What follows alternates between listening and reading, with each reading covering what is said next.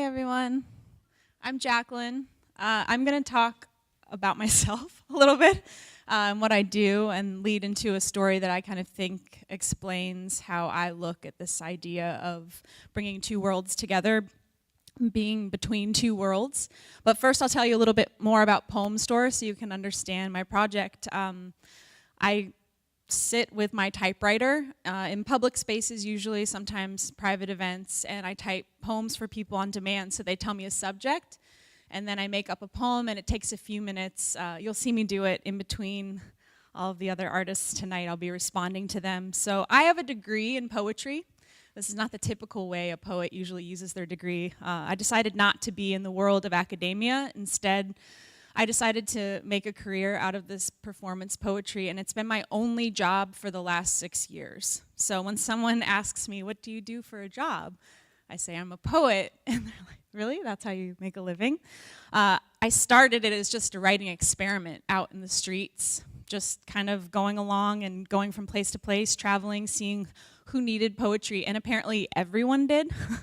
So I moved to a little town, Arcata, California, which is in Northern California, and I kind of became the town poet. I would set up at the farmer's market, and I knew everyone in town. I lived in this tiny little cabin in the middle of the woods on the side of a mountain. We didn't have electricity. It's completely off the grid. This is a queer land project where I was the gardener. So we made space for queer culture and queer folks to come from the city to be able to do residencies and take time away and feel safe and create. And living there was a dream. I would just drive in my little pickup truck down the mountain roads and go into town and write poems. And I don't know if any of you have ever been to Humboldt County, but it is one of the most glorious places on the planet. My work really stems from being connected to the earth. I consider myself an ecstatic earth worshiper, which is very important to the rest of this story. But Humboldt really inspired me. It gave me a lot of time to write and reflect on how I wanted to be in service to the earth, and that means to human beings because we are such a part of the earth. So from this place, I developed my poetic voice. I developed my idea of, really presenting myself to be in service to the earth, and how could I do that through poetry? Well, every time I write a poem for someone at Poem Store, I'm healing them or helping them find betterment, feel better, feel seen. And I think when people feel better, they treat the earth better. So these things go hand in hand. And the people that I met in Humboldt were clearly, you don't live there unless you're connected to the earth. So I met my friend Neil Ewald, as I meet everyone with Poem Store. We were just having an exchange. I wrote him a poem about being underwater.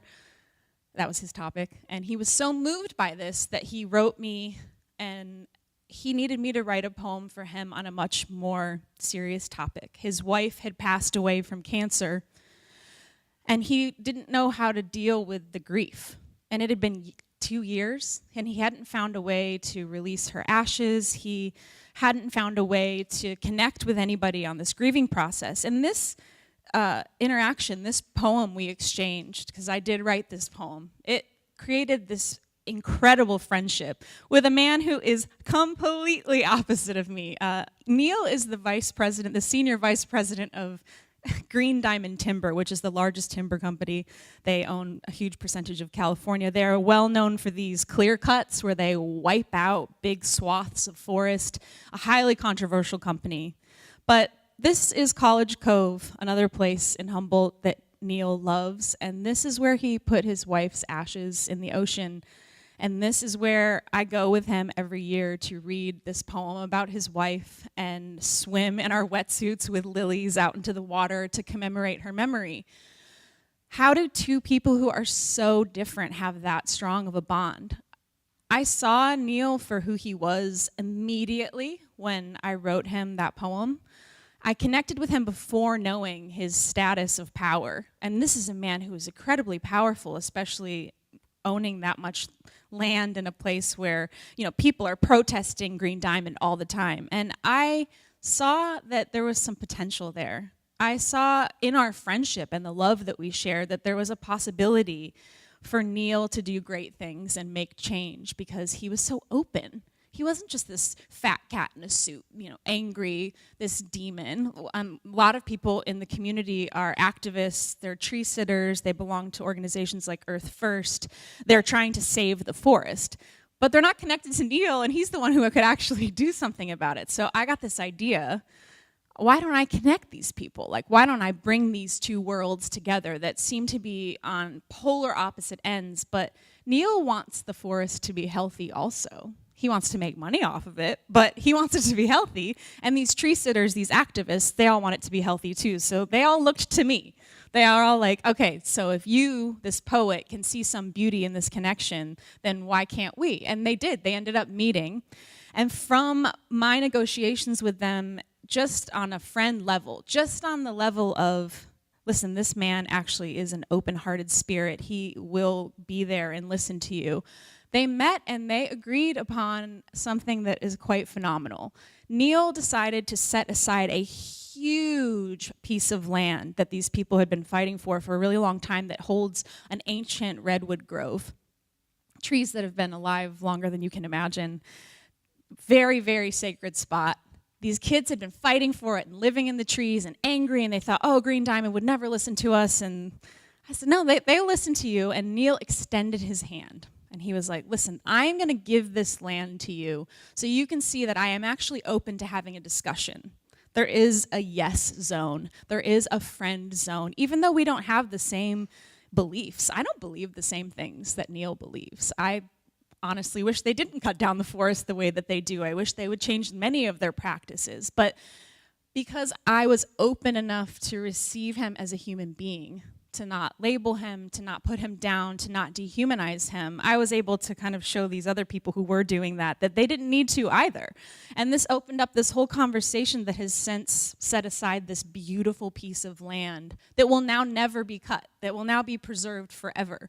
So you have to imagine in a moment like this where I made such success happen, which was a total experiment, I realized something about the power that I also held with being an artist and my poetry. I mean, it really was a poem that made this happen.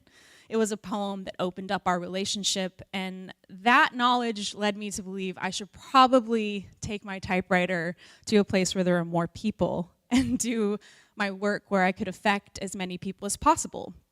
So I did. I made this really hard decision to leave my utopia in Northern California and move to Los Angeles, a place I thought I would never live, and take my work there. And ever since I've done that, I mean, I can't tell you. I met Carla at the White House. I've gotten to go into all these situations and discuss poetry and change with people on this really beautiful level.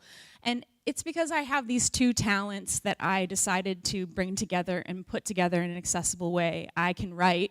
I got this degree in poetry and I use it, but I can also connect really deeply with people one-on-one. And this is something that didn't seem like a talent to me until I started using it. And I sit there and I write these poems for people and I watch them just understand that I'm seeing them and I'm listening to them and I'm hearing them.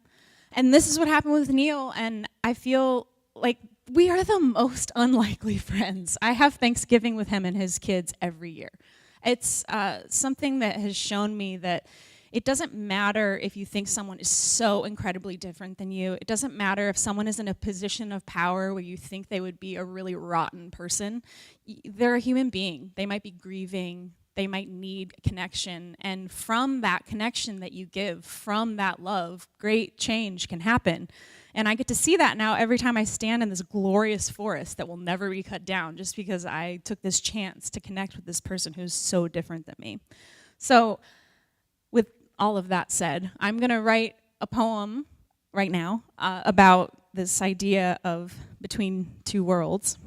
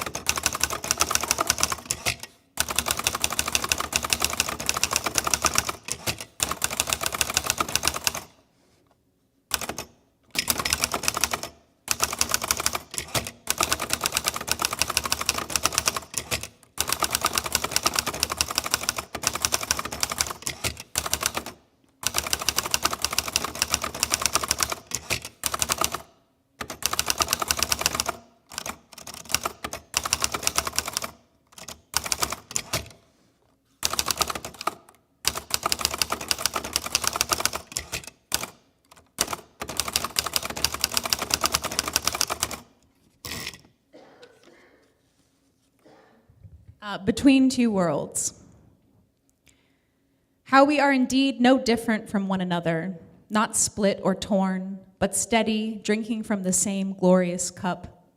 How we wonder and work within such balance and build from it the foundation of change that transforms the whole, that takes us onward into more and more.